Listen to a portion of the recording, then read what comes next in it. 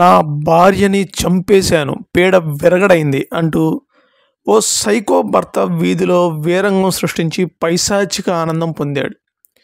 శుక్రవారం Narsingi police station పరిధిలోని కోగాపేటలో ఈ ఘటన కలకలం సృష్టించింది.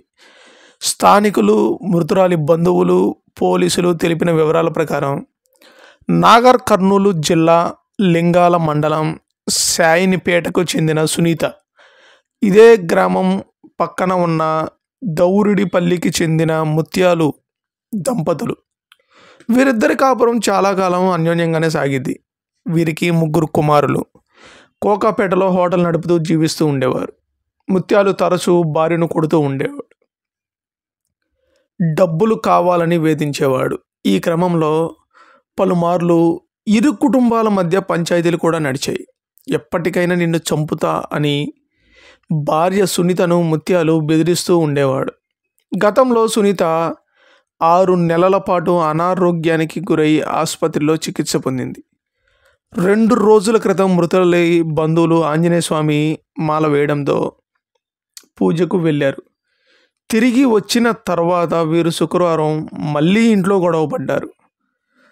కోపోద్రిక్తుడైన ముత్యాలు భార్య గొంతు నులిమి మర్మావయవాల్లో కర్రతో గుచ్చి రాక్షసంగా హత్య చేశాడు ముత్యాలు. కాగా ముత్యాలు మొదటి భార్య అతని సైకో చేష్టలు భరించలేక వదిలి వెళ్ళిపోయింది.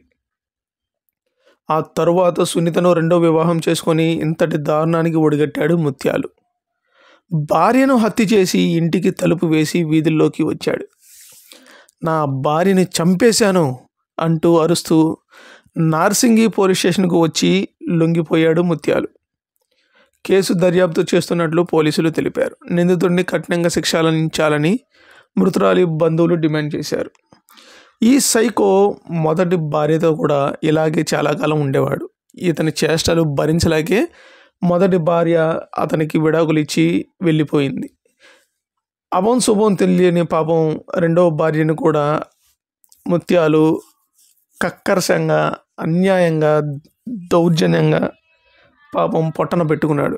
ఫ్రెండ్స్, ఇలాంటి సైకోని ఏం చేయాలో మీరు మాకు కామెంట్ రూపంలో తెలియజేయండి. మరియు ఇలాంటి మరిన్ని లేటెస్ట్ అప్డేట్స్ కోసం మీరు మా ఛానల్ తప్పకుండా లైక్ చేయండి, కామెంట్ చేయండి, షేర్ చేయండి, సబ్స్క్రైబ్ చేసుకోవడం మాత్రం మర్చిపోవద్దు.